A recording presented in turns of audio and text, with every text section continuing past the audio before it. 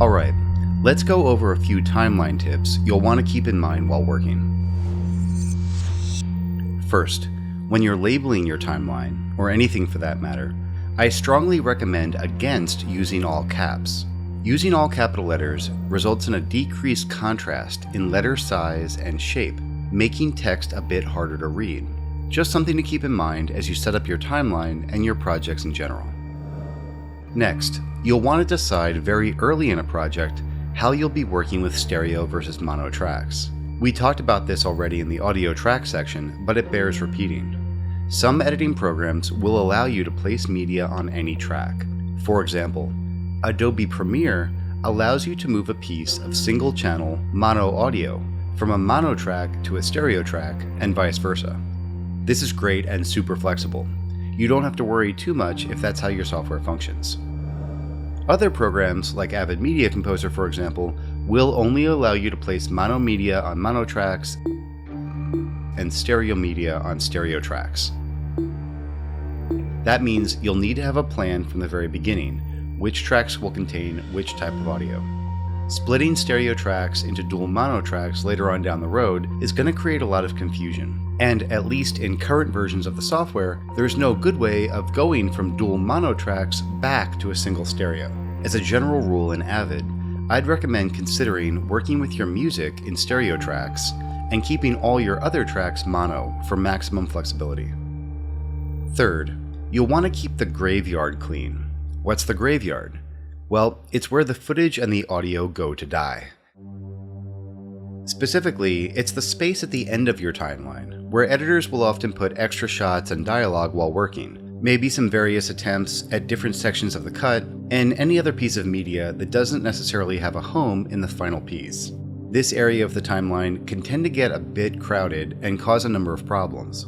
For one, it adds to the file size of your sequence, and is a drain on your system's resources. This might not seem like a big deal at first, but when you're on version 42 of something, and you've duplicated the sequence each time with all its extra graveyard media, things start to get out of control pretty fast. And second, graveyard media can get confusing for other editors and assistants who need to work with your cut. It's not hard to imagine someone unfamiliar with your cut needing to output a QuickTime, marking an in to an out across your whole timeline, and accidentally exporting an extra 20 minutes of junk. Fourth, keep in mind that you can always add more tracks as needed. For example, in our timeline template, we allocate 2 tracks for cutting your stereo music. But at some point, you might find yourself working with the instrumental stems of a cue, meaning you'll have a track of percussion, a track of guitar, and so on. In this scenario, you'd be getting into some pretty heavy-duty music editing to really customize it to perfectly fit your cut, in the absence of a dedicated composer for the project.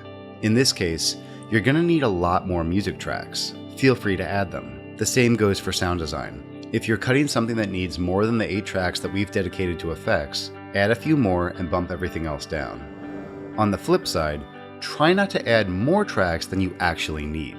You want to be able to fit all your tracks on your monitor without having to scroll up and down to see them all.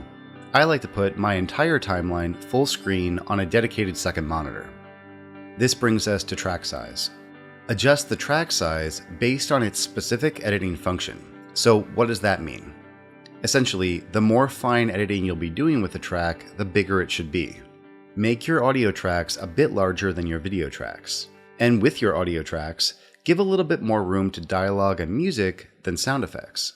Now, this primarily applies if you choose to work with waveforms for your audio editing, where you'll want to see the syllables in the dialogue and the beats in the music.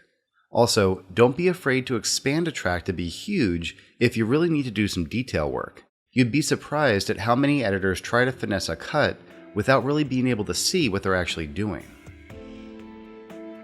Alright, so that pretty much wraps up our timeline module. Now that we've got a good plan for organizing and working with our tracks and media, it's time to go a bit deeper into the editing process. Coming up in the next module, we'll be jumping into the world of dialogue editing, beginning with some rules for working with different audio sources. Alright, I'll see you in a bit.